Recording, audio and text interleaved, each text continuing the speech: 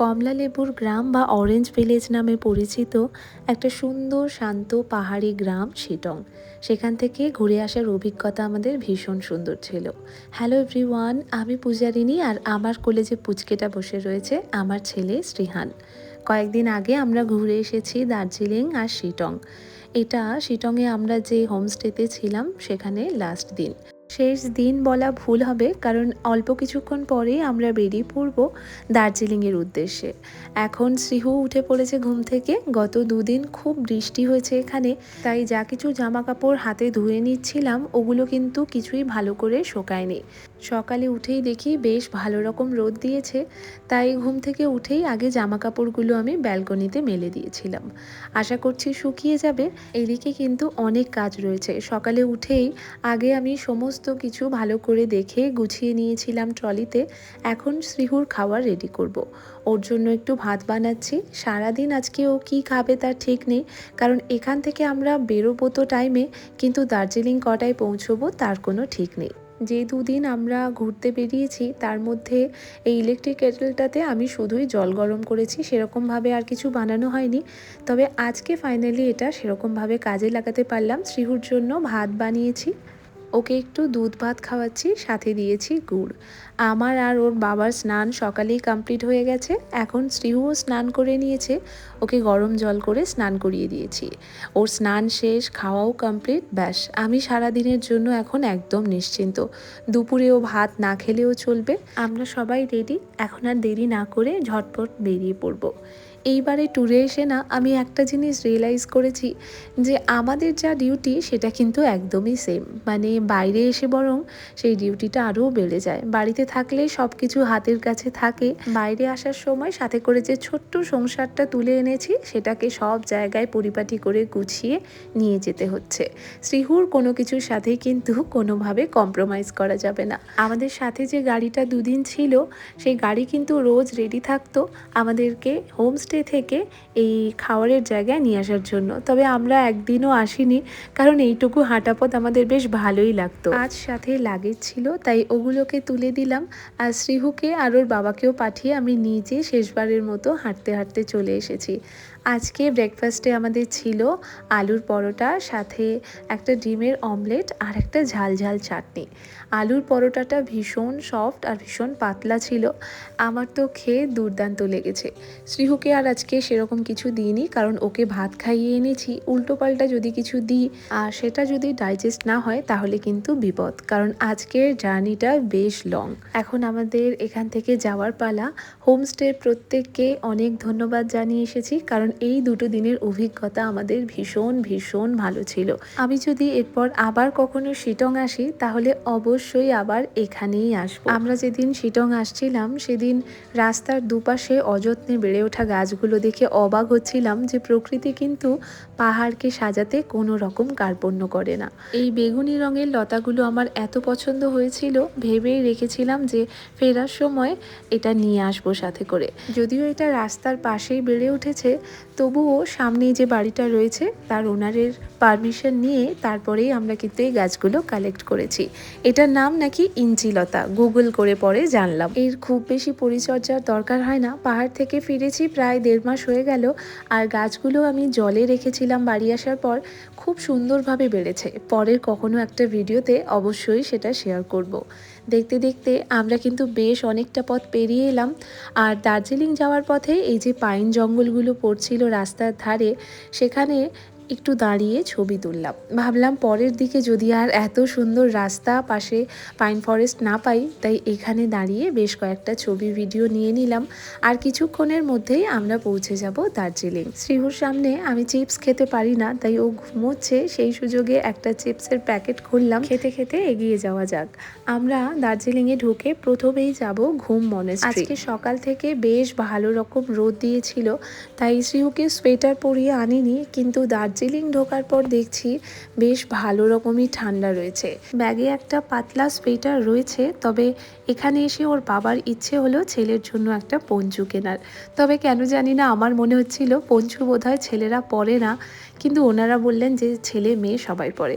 যাই হোক, ও তো এখন ছোট, ছেলে পড়ুক কিংবা মেয়ে পড়ুক, যেই পড়ুক মানালেই হলো। আর ওর বাবার যেহেতু ইচ্ছে হয়েছিল তাই ওর ইচ্ছেটাকে একটু প্রায়োরিটি দিলাম। চলুন এখন বরং যাওয়া যাক ঘুম মনেস্ট্রি। এর আগের বার যখন আমি আর আমার হাজব্যান্ড এসেছিলাম এখানে, তখন আমাদেরকে ডালি মনেস্ট্রিতে নিয়ে গিয়েছিল। আর যিনি ড্রাইভার দাদা ছিলেন উনি বলেছিলেন যে এটাই নাকি ঘুম মনেস্ট্রি। তো সেটা আমি আবার সোশ্যাল মিডিয়ায় আপলোড করেছিলাম, মানে ইউটিউবে।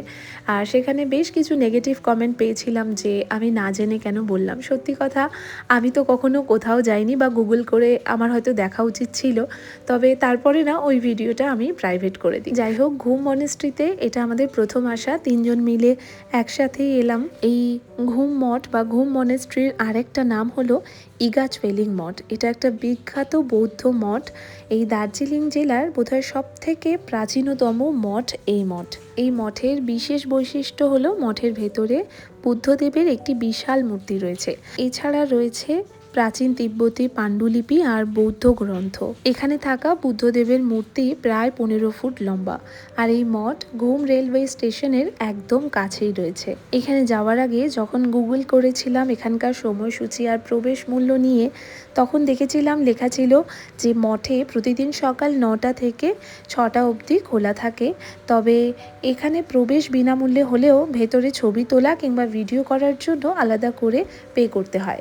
কিন্তু ওই দিন তো ছবিও তুললাম, ভিডিও করলাম এবং সবাই করছিল, তার জন্য কিন্তু কাউকেই কিছু পে করতে হয়নি। যাই হোক, ওখান থেকে বেরিয়ে এখন আমরা চলে এসেছি বাতাসিয়া লুপে। এটা ঘুম আর দার্জিলিং স্টেশনের মাঝখানে রয়েছে। 1919 থেকে চালু হয়েছে এই লুপটি, যেটা টয় ট্রেনের খাড়া ঢাল আর উচ্চতার ব্যবধান কমাতে তৈরি করা হয়েছে। সকাল 5টা থেকে রাত 8টা অবধি খোলা থাকে। আর 100 টাকা দিয়ে আমরা এখন দুটো টিকিট কেটে ঢুকে পড়েছি ভেতরে। চলুন এখন চারিদিকটা ঘুরে দেখাই। চারিদিকে যদি কুয়াশা না থাকে, আবহাওয়া একদম পরিষ্কার থাকে, তাহলে এখান থেকে কাঞ্চনজঙ্ঘার সুন্দর দৃশ্য দেখা যায়। শ্রীহু তো এখানে এসে বেশ অবাক হয়েছে, টয় ট্রেনটা দেখেও খুব খুশি হয়েছে। আমরা এবারে দার্জিলিং এসেও কিন্তু টয় ট্রেনের রাইড নিতে পারিনি, কারণ আমাদের সাথে সময়টা ঠিকভাবে মিলছিল না, কারণ শ্রীহুর দিকটাও আমাদেরকে দেখতে হতো। এসেই আগে শ্রীহুর জন্য একটু খেলনা কিনতে এলাম। কিনতে এসে পাশের এই দোকানটা থেকে এই স্কার্ফটা আমার বেশ পছন্দ হয়েছে। দাম নিয়েছে মাত্র 100 টাকা। শ্রীহু তো যেখানেই যায় ওর এই বাবলসগুলোই চাই, এটাই ও ভালোবাসে। ও অবশ্য নিজের থেকে কিছু চায়নি, আমাদেরই ইচ্ছে করলো। আমরা তো ঘুরছি ফিরছি দেখছি, আমাদের ভালো লাগছে, কিন্তু ও তো কিছু বোঝে না, তাই ও হয়তো বোর হচ্ছিল। এখানে আরও একটা দর্শনীয় জিনিস হলো গোর্খা শহীদ স্মারক। এখানেও আমাদের ঘোরাফেরা প্রায় কমপ্লিট। এখন কিছু ছবি তুলে নিলাম। দুজন মিলে ঘুরতে এলে না এই একটা সমস্যা হয়, পাশের কাউকে ডেকে বলতে হয় ছবি তুলে দেওয়ার জন্য, আর নয়তো স্ট্যান্ড নিয়ে ছবি তুলতে হয়। সব জায়গায় তো সেটা পসিবল হয় না, তাই মাঝে মধ্যে কাউকে বলি ছবি তুলে দিতে। দার্জিলিং আসা থেকে এবারে একটা জিনিস খুব লক্ষ্য করেছি, এই সানফ্লাওয়ার কিচেনগুলো প্রায় সব জায়গাতেই বিক্রি হচ্ছে। অনেক জায়গা ঘোরার পর এখন আর ফাইনালি নিজেকে আটকাতে পারলাম না, একটা কিনেই নিলাম। এটার দাম নিয়েছে 50 টাকা। তবে বিভিন্ন জায়গায় কিন্তু বিভিন্ন দামে বিক্রি হচ্ছে। বাতাসিয়া লুপ ঘোরার পর এখন আমরা চলে এসেছি ডালি মনেস্ট্রিতে। আর দার্জিলিং স্টেশনের মাঝখানে থাকা এই মঠের একটা বিশাল বড় নাম রয়েছে, সেটা বলছি পরে। তবে তার আগে এখানে কিন্তু 20 টাকা করে টিকিট কেটে আমরা এখন ভেতরে ঢুকে পড়েছি। ডালি মঠের মূল নাম দ্রুক থুপতেন সাংগাক চোলিং মঠ। নামটা উচ্চারণ করতে গিয়ে আমি কিন্তু প্রায় 2-3 বার হোঁচট খেয়েছি। মঠের ভেতরটা অপূর্ব সুন্দর, বিশেষ করে চারদিকের এই যে একটা প্রাকৃতিক পরিবেশ, যেটা দেখলেই মনটা ভালো হয়ে যায়। এর আগে আমরা যখন দুজন মিলে এসেছিলাম তার অভিজ্ঞতা একরকম ছিল, আর পুচকিটাকে নিয়ে আসার অভিজ্ঞতা বেশ অনেকটাই আলাদা। এখানে সকাল 7টা থেকে বিকেল 5টা অবধি খোলা থাকে দর্শনার্থীদের জন্য। এখানকার মূল আকর্ষণও কিন্তু বিশাল উচ্চতার বুদ্ধমূর্তি। তবে ভেতরে ফটো কিংবা ভিডিও অ্যালাউ নেই, তাই ভেতরটা আর দেখালাম না। বাইরে এত সুন্দর ফুলের গাছ রয়েছে, আর পাশেই খুব সুন্দর একটা বাগানও করা রয়েছে। ওখানে গিয়ে তো আমি প্রথমে অর্কিডগুলো দেখে অবাক হয়ে গিয়েছি যে এত অর্কিড কিভাবে, তারপর ভালোভাবে দেখে বুঝলাম যেগুলো অরিজিনাল নয়। এখন আমরা যাব দার্জিলিংয়ের জুতে। তবে বিকেলটা না আমার খুব মন খারাপ হয়ে গিয়েছিল, কারণ শ্রীহুকে তো গাড়িতে খাইয়েই এনেছিলাম, তবে আমরা নিজেদের জন্য ভালো কোনো হোটেল পাইনি। তাই আমরা যেখানে খাচ্ছিলাম সেখানে যখন শ্রীহু আমাদের সাথে খাওয়ার জন্য বায়না করছিল, ওকে না কিছুই দিতে পারিনি, তাই খুব খারাপ লাগছিল। আর বাইরে এত বৃষ্টিও পড়ছিল যে ওর হাতে আমরা কোনো বিস্কিট বা কিছুই দিতে পারছিলাম না। তো ভাবলাম যে জুতে যাই, তারপর ওখানে ঢোকার পর একটু স্টেবল হয়ে নিয়ে ওর হাতে আবার কিছু খাবার দেব। বাইরেটা কত বৃষ্টি হয়েছে রাস্তাটা দেখলেই বোঝা যাচ্ছে। দার্জিলিংয়ের এই চিড়িয়াখানার নাম Padmaja Naidu Himalayan zoological park.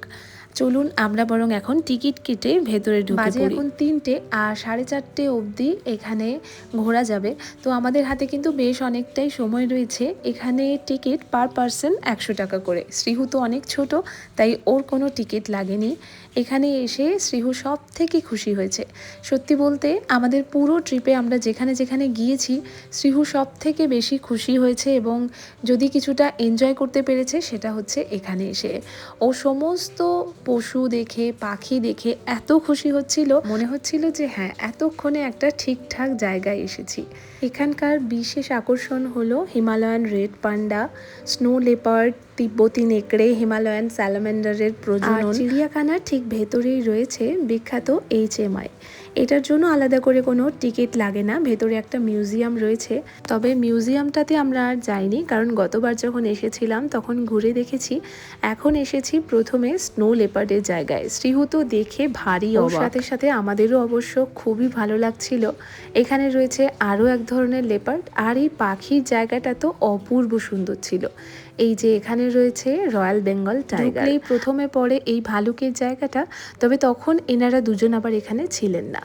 আর সব শেষে এখন এসেছি রেড পান্ডা দেখতে। তবে একটা কথা বলবো, আমরা যত জায়গায় ঘুরেছি তার মধ্যে সব থেকে বেশি কষ্টও কিন্তু আমাদের এখানে হয়েছে, কারণ একটা বিশাল এলাকা জুড়ে পুরো চিড়িয়াখানাটা রয়েছে, আর পুচকেটাকে কোলে নিয়ে এই পাহাড়ের চড়াইতে ওঠা যে কি ডিফিকাল্ট ছিল।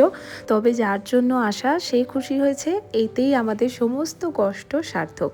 ফেরার সময় শ্রীহুর জন্য একটা সুইট কর্ন নিলাম, আর আমি খেলাম ফুচকা। অল্প কিছু সময় পরেই আমরা পৌঁছে গিয়েছিলাম আমাদের দার্জিলিংয়ের গেস্ট হাউসে। এই ভিডিওটা এই পর্যন্তই। দেখা হবে সবার সাথে পরের আরেকটা ভিডিওতে। Till then by.